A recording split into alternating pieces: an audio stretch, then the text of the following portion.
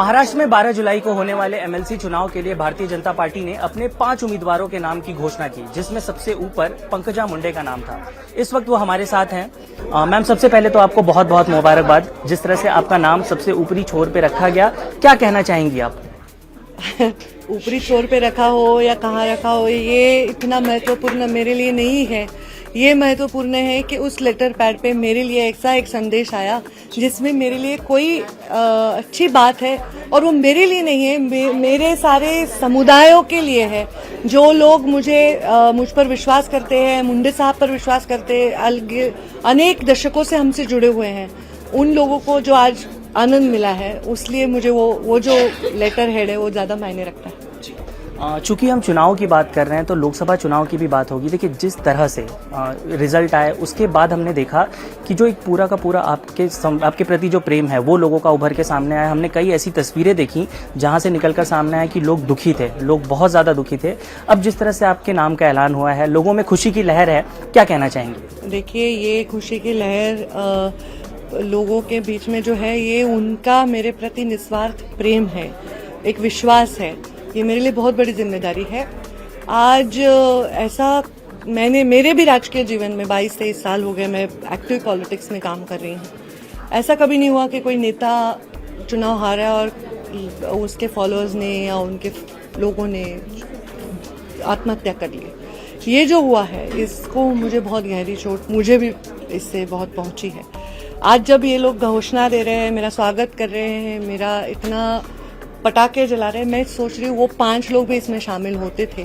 ये बहुत मुझे चोट लगी है, और ये चोट पे ये मरहम मैं नहीं कह सकती, पर आज ये उनको मैं समर्पित करती हूँ।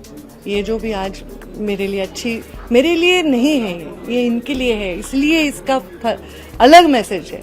मैं उसलिए बहुत बहुत ये सब जनता को समर्पित करती हूँ, और मेरे नेताओं का भी आभार व्यक्त करती हूँ। मेरे राष्ट्रीय अध्यक्ष JP नड्डा जी, हमारे नेता अमित भाई शाह, दुनिया के नेता मोदी जी, और हमारे महाराष्ट्र के नेता देवेंद्र जी, और हमारे बावनकुळे जी अध्यक्ष, और पूरी कोर कमेटी, विनोद तावड़े जी, राव साहब दानवे जी, आशीष शेलार जी, मैं सबका बहुत बहुत आभार व्यक्त करती हूँ कि उन्होंने सम्मान दिया और पहले नंबर पे मेरा नाम लिख दिया। देखिए, हम चुनाव की बात कर रहे हैं, इसीलिए कई महत्वपूर्ण मुद्दे भी होंगे। खासतौर पे लोकसभा चुनाव में जिस तरह से एक मराठवाड़ा का बेल्ट है, कई लोग, खासतौर पे राजनीतिक पंडित, जब डिबेट शोज में बैठते हैं तो उनका कहना होता है कि कहीं ना कहीं मराठा समुदाय नाराज था और यही कारण बना आपकी हार का। जब इस तरह की बातें आपके सामने आती हैं तो कैसी फीलिंग होती है? क्योंकि हमने देखा है, हम ग्राउंड पे गए हैं, हमने देखा है कि लोगों में किस तरह की भावनाएं हैं, लेकिन जब आप इस तरह के सवाल सुनती हैं, जब इस तरह की बातें निकलकर सामने आती हैं कि एक समुदाय की वजह से, या एक तरह से आप देखिए कि मनोज जारंगे पाटिल ने भी कल कहा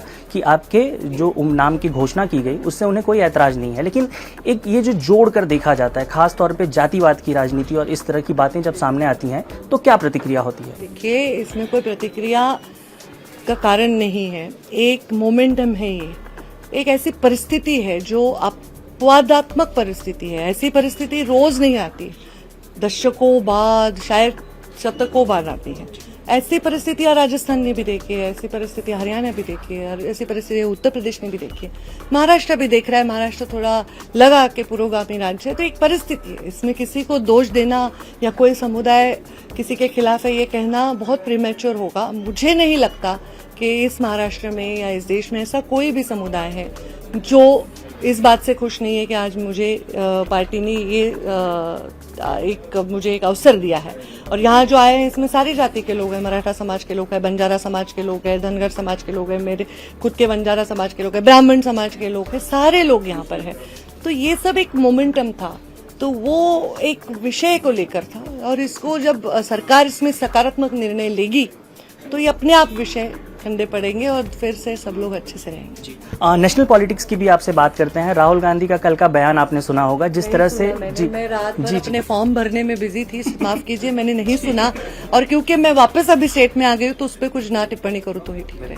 और कल के विधानसभा में जिस तरह से एक हीट मूवमेंट बना अंबादास दानवे के बीच में, तो ये जिस अभी देखा नहीं, फ्रैंकली मैं, मतलब आप पूरी तरह से तैयारियों में जुटे हुई हैं आपने? मैं कल शाम से लेकर सुबह तक कुछ कागज और ये सब एफिडेविट में जुटी हुई थी, मैं ठीक से देखा नहीं। और जनरली इसकी टिप्पणी करने के लिए हमारे प्रवक्ता मौजूद होते हैं, हम लीडर्स उसमें खास टिप्पणी नहीं करते।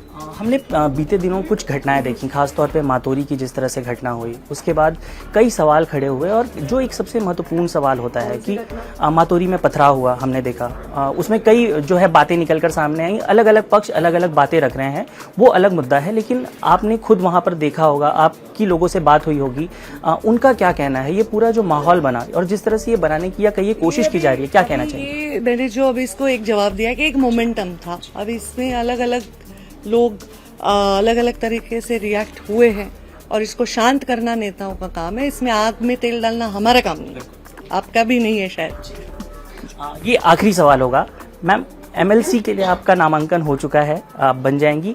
एक जो बात निकलकर सामने आ रही है कि मंत्रिमंडल में भी आपको जगह मिल सकती है, क्या कहना चाहेंगी इस पर? देखिए, मैं मेरे राजनीतिक जीवन में हर राजनेता दो रूप में काम करता है।